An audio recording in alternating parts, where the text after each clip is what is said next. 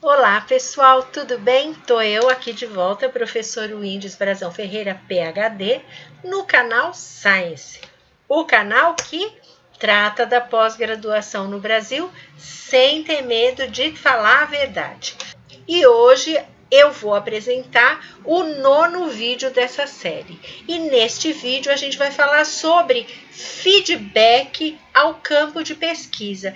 Procure assistir o vídeo até o final, porque com certeza esse vídeo vai ser super útil para o seu trabalho. Até já!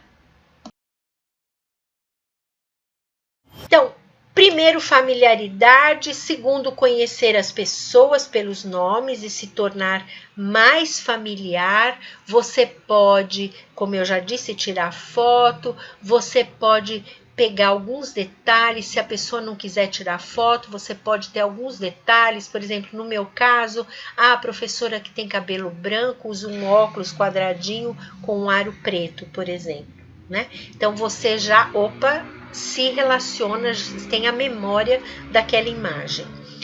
Terceiro, gente, isso é chave.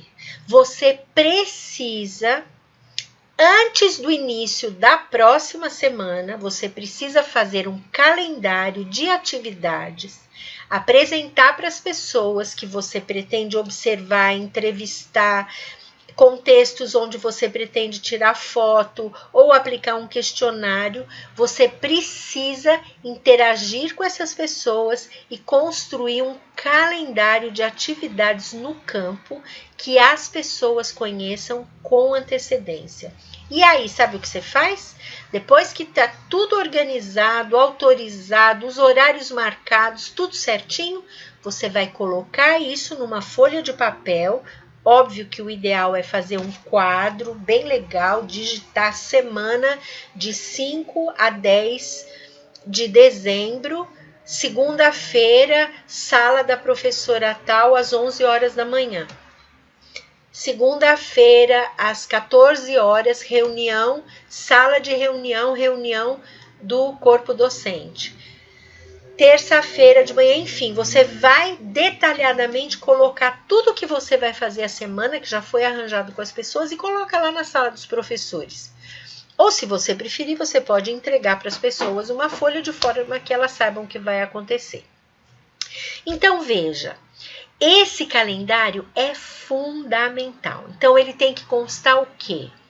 O que você vai fazer, ou seja, qual é o tipo de instrumento ou técnica que você vai utilizar para colher dado, com quem você vai fazer, aonde você vai fazer e ter autorização das pessoas e posteriormente apresentar esse calendário. Então, toda segunda-feira ou terça você vai colocar o calendário num lugar acessível, no mural, para que todas as pessoas saibam que você naquela semana está fazendo aquilo que foi combinado.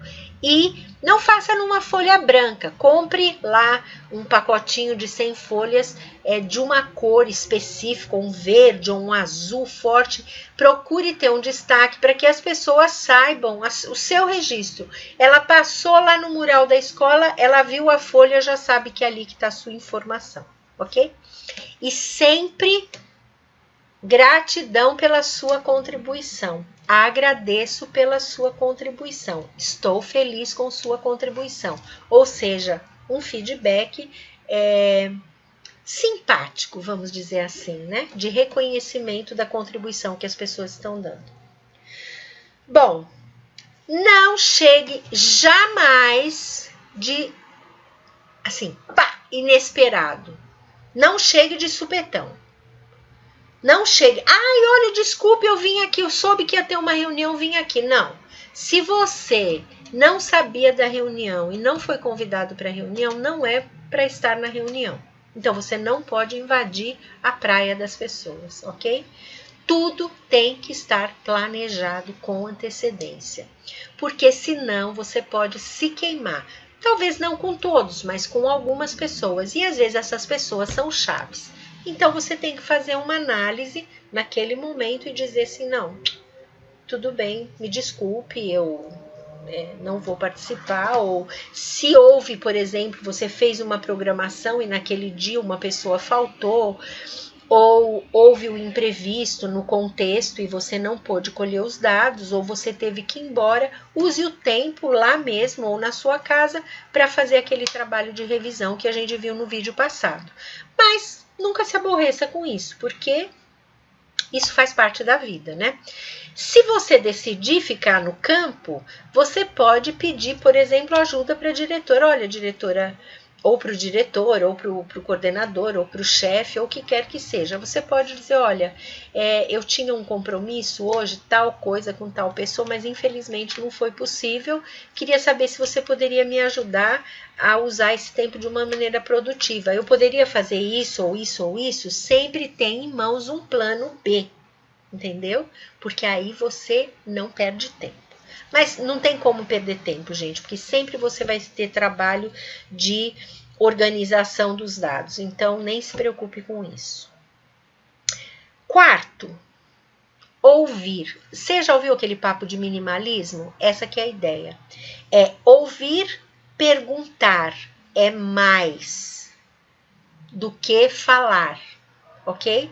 Então, ouvir, ouvir, ouvir, perguntar, perguntar, perguntar e falar muito pouco.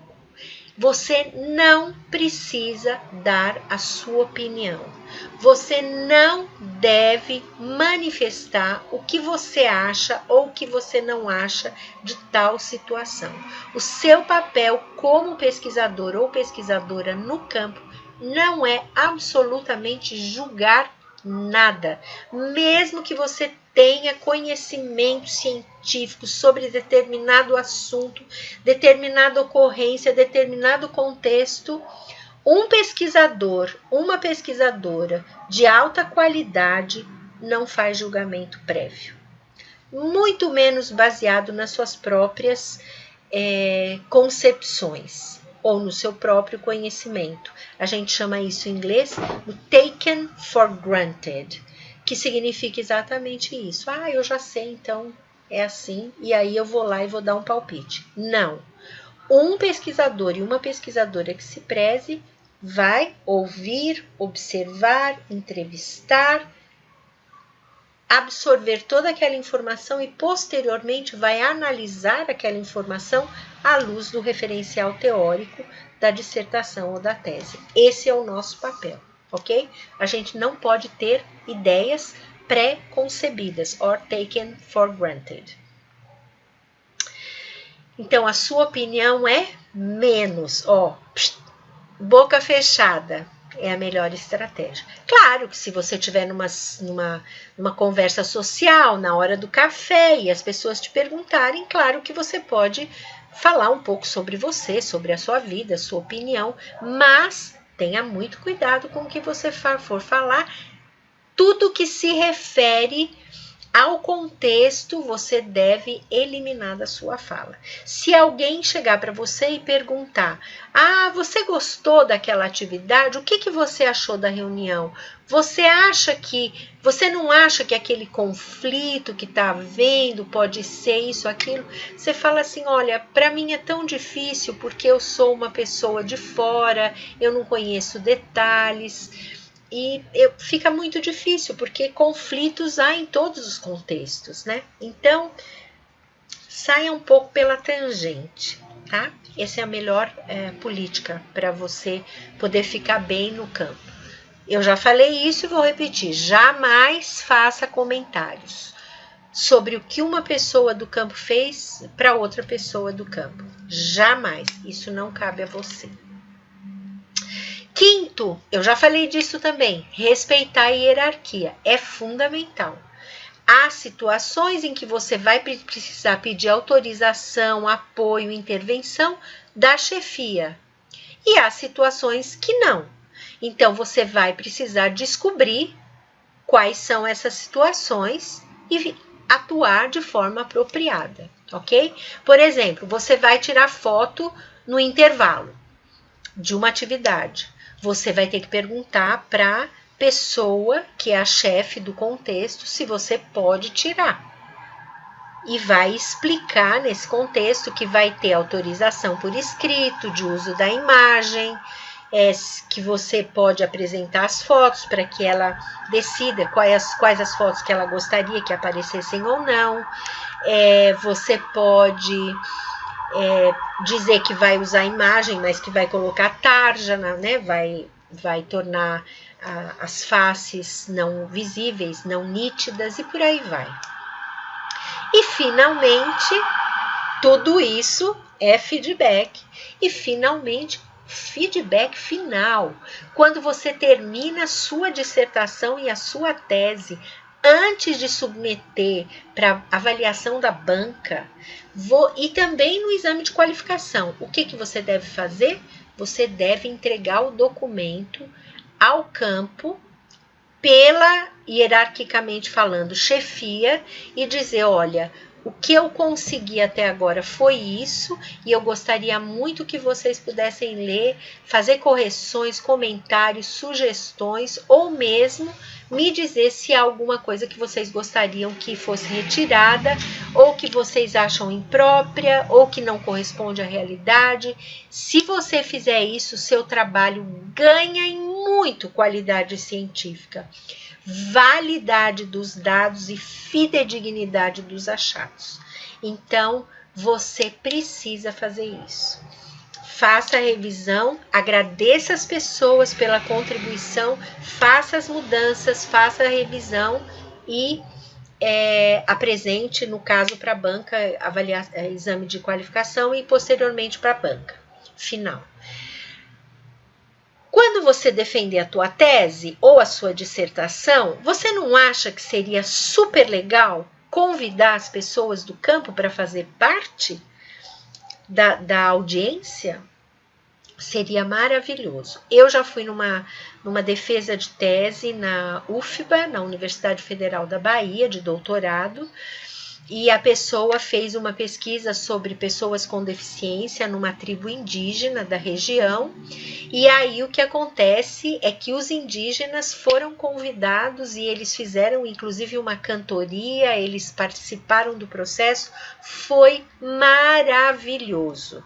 O reconhecimento, o agradecimento, o feedback a eles pela grande contribuição que eles deram à candidata, né, a pessoa, a futura doutora, né, a doutoranda. Bem, então, quando vocês forem defender, façam um convite formal, convide as pessoas para irem na sua universidade e participarem da sua apresentação. Quando você for fazer a sua apresentação, você, o seu orientador ou orientadora, podem mencionar que as pessoas estão presentes, pedir para levantar, fazer um agradecimento público e dizer que se não fosse por elas, você não estaria onde você está naquele momento. E, finalmente, quando você terminou todo o trabalho, foi aprovado, com honra, tudo lindo, maravilhoso, o que você tem que fazer? Voltar no campo com uma cópia da tese e entregar para eles. Eu paro por aqui, espero que tenha sido valioso para vocês e espero que você tenha gostado, ok? Se quiser, se inscreve no canal. Namastê e até o próximo vídeo, quando eu vou falar sobre ética em pesquisa.